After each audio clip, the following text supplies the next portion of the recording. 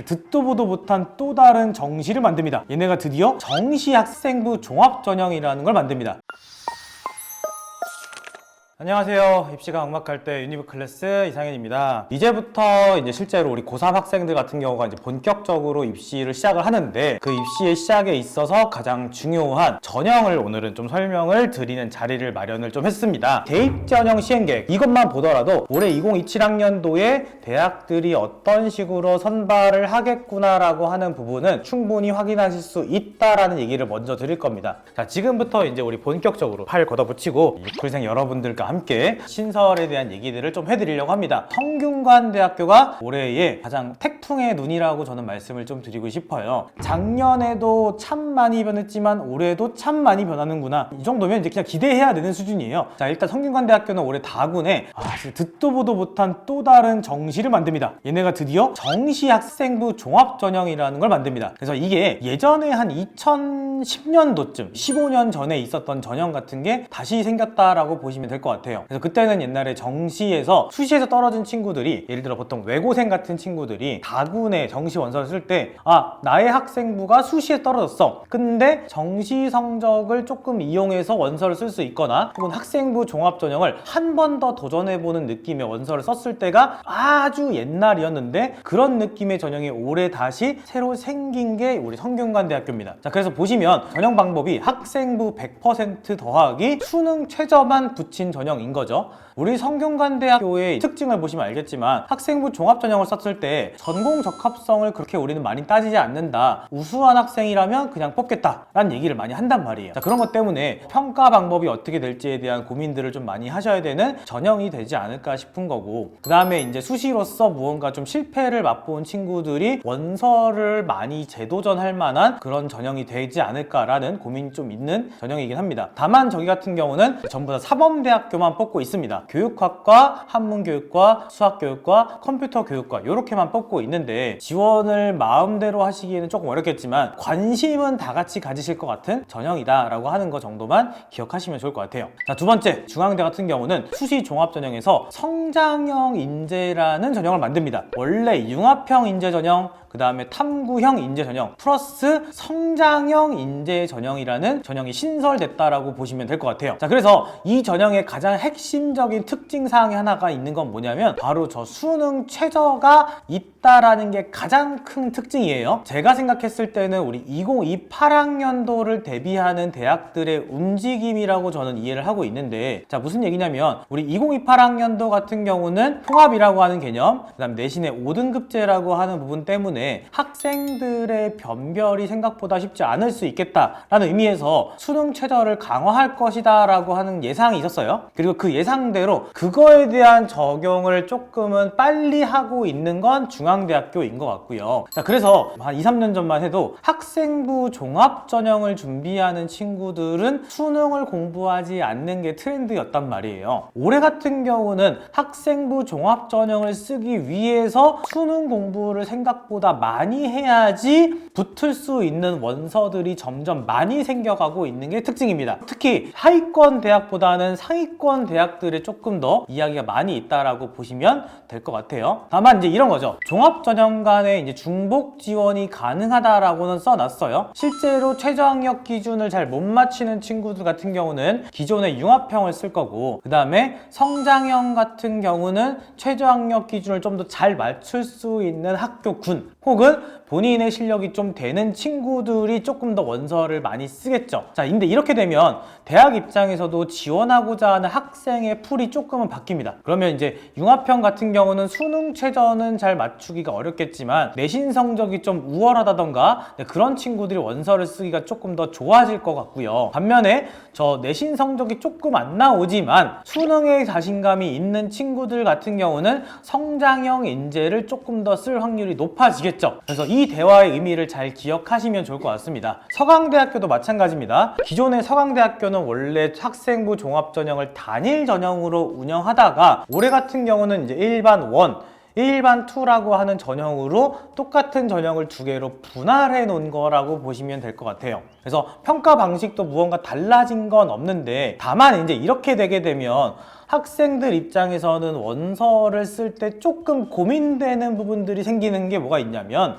원래는 서강대학교의 원서를 한 장만 쓸 수 있었는데 이렇게 전형을 분할해 두게 되면 두 장의 원서를 쓸 수가 있게 되는 거죠. 근데 예를 들어서 일반 1은 인문 계열이야, 일반 2는 자연 계열이야, 이런 식의 분할이었다고 한다면 그냥 자기한테 어울리는 학과를 쓸 수 있는데, 우리 일반 1은 학과별로 세분화되어 있는 학과들인 거고, 일반 2는 우리 자유전공 모집단이잖아요, 그죠? 그러면 자유전공을 쓰는 친구가 일반 학과의 원서를 쓴다고 했을 때 문제가 되지도 않고, 그렇게 해서 중복 지원을 한다 그래서 무언가 자기의 전공 적합성이 떨어진다라고 평가되진 않는단 말이에요. 실제로 지원하고자 하는 학생 입장에서 보면은 이거 원래 한 장 써야 되는 원서를 두 장 써야 되네. 자, 그래서 실제로 많은 대학들이 전형을 자꾸 좀 분할해가는 좀 느낌이 조금 있습니다. 그래서 이제 이런 부분에 대한 것들은 참고하시면 좋을 것 같습니다. 연세대학교예요. 우리 연세대 같은 경우는 원래 특기자 전형에 국제인재라는 게 있었어요. 근데 그 특기자 전형에 대한 이 전형을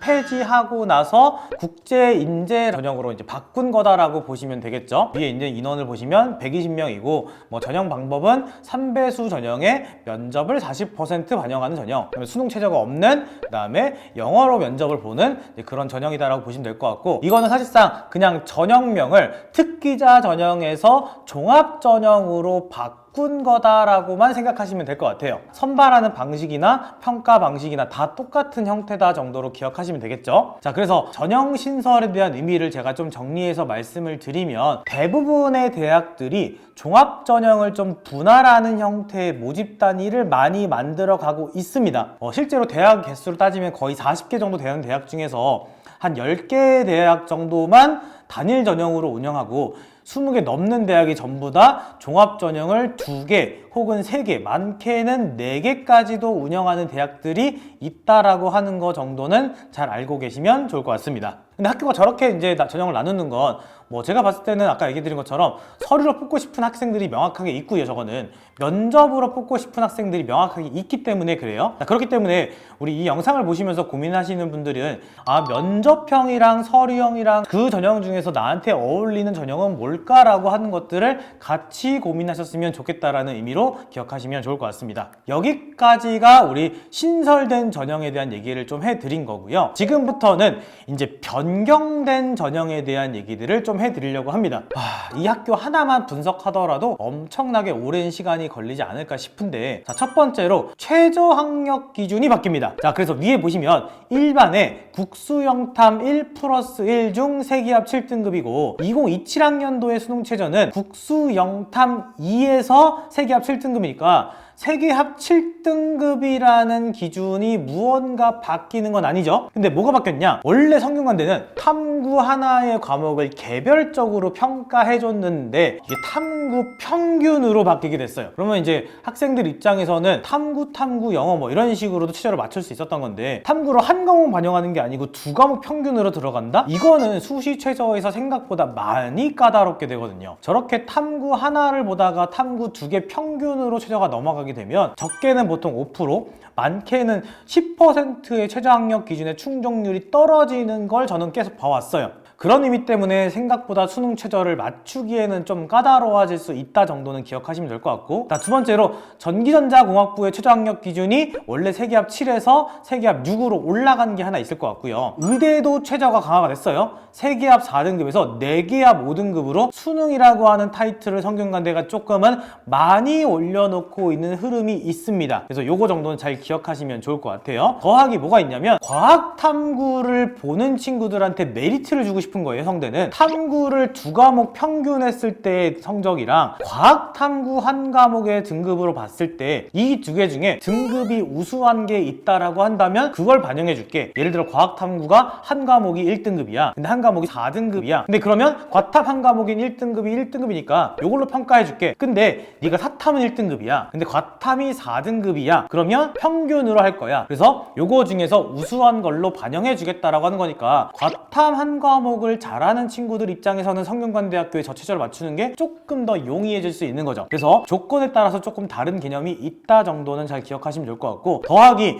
성균관대의 교과 전형에서 재학생 인원 제한을 재수생으로 풀어버린다라고 하는 이슈도 좀 있습니다. 자, 이렇게 되면 지원 인원의 풀이 확실하게 좀 많이 늘어나게 되는 케이스도 좀 있겠죠. 그래서 이런 거 정도는 잘 기억하시면 좋을 것 같습니다. 자, 두 번째, 성균관대 종합전형 또 나왔습니다. 여기서의 변화는 이거예요. 최저 학력 기준을 만들어냈어요. 자, 이제 이렇게 돼버리면 보통 수능 최저가 있는 전형은 일반고가 조금 더 많이 유리하다라고 얘기하는 편이긴 해요. 그래서 이런 거 정도는 잘 기억하시면 좋을 것 같고, 자, 그래서 성대의 의미를 딱 하나 해드리면 요거예요. 교과 전형에서만 최저를 강화시킨 게 아니고 학생부 종합 전형이라던가 혹은 뭐 논술 전형, 이런 모든 전형에서 다 최저 학력 기준을 강화한 거라고 보시면 될 것 같아요. 자, 그 다음 한국 외대입니다. 우리 글로벌 캠퍼스에서 수능 최저의 변경 사항이 조금 있습니다. 한개 3등급이라고 하는 최저에서 2개 합 6이라고 하는 수능 최저를 강화하는 움직임이 있어요.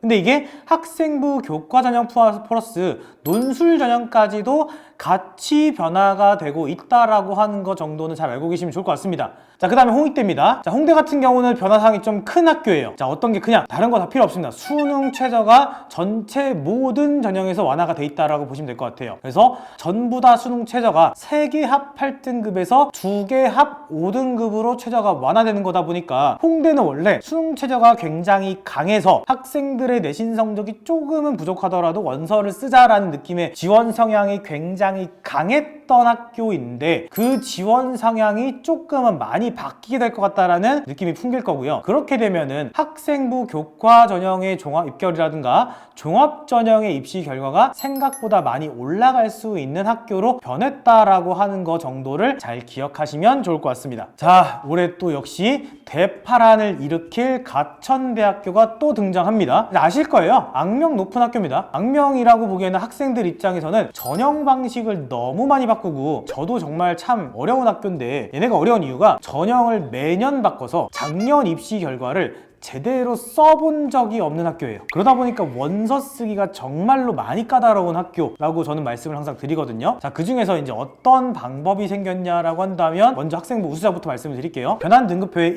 2등급이 A, 3, 4등급이 B, 5등급 C, 6, 7등급 D, 그 다음에 8, 9등급 E, 그 다음에 변환 배점이 A, B, C라고 해서 100점, 99점, 5점, 99점, 이런 식의 전체 내신을 평가했을 때 5등급화해서 그 내신이 좋은 거냐, 아니면 내신 성적을 반영하는데 상위 10과목만 그냥 1등부터 9등급째 뽑아서 두 가지의 내신 성적을 뽑는 거죠. 근데 그 중에서 유리한 거 쓰겠다라고 하는 아주 특별한 방법을 올해 가천대가 또 신기하게 만들어 왔습니다. 그래서 그게 첫 번째 방법이고요. 자, 두 번째, 지역 균형에서도 무언가를 좀 바꾸는데, 요거는 숫자를 잘 보셔야 돼요. 2026학년도로 써 있는 거 보시면 일반 선택 과목 보시면 4등급까지가 A인데, 자, 2027학년도부터는 5등급까지가 A고, 자, 원점수는 80점 이상이면 A인데 70점으로 바꿔놨고요. 이런 식으로 해서 기본적으로 점수를 조금 더 완화해준 느낌이 있습니다. 근데 이 가천대학교의 지역균형이라는 전형 자체는 이 학교식에 산출했을 때 거의 1.00이 아니면 쓰기가 어려운 전형인데,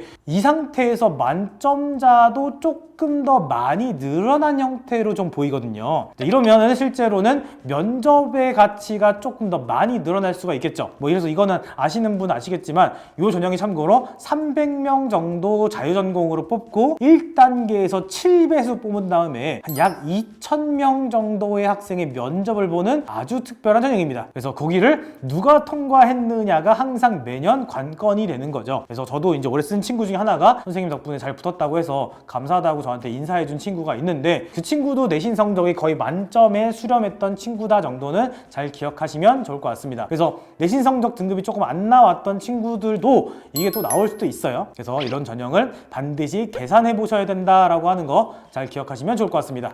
자, 우리 지역 국립대 중에서는 보통은 경북대가 그나마 변화를 좀 더 크게 주는 편인데, 탐구의 기본적인 필수 반영 영역 26학년도는 여기까지 설명을 좀 드리면 될 것 같습니다. 자, 오늘 자료는 구독자 이벤트를 통해서 제공해 드리겠습니다. 그래서 이렇게 참고하시면 될 것 같긴 하고요. 근데 이 대입 전형 시행 계획에서는 이제 모집 요강이 나오게 되면 차이점이 좀 있는 것부터 알고 계시면 좋을 것 같은데, 제일 대표적인 건 일단은 선발 인원이 안 맞아요. 그 다음에 학생부 종합전형에서 평가 지표도 아직 정확하게 공개되어 있지 않은 학교가 훨씬 더 많이 있습니다. 그래서 우리 6클생 분들과 함께 모집 요강 컨텐츠 관련돼서도 또 제가 출연해서 열심히 정리해서 내용을 공개해 드리도록 할 테니까 같이 공부하는 그런 1년이 되었으면 좋겠습니다. 여기까지 하겠습니다. 감사합니다.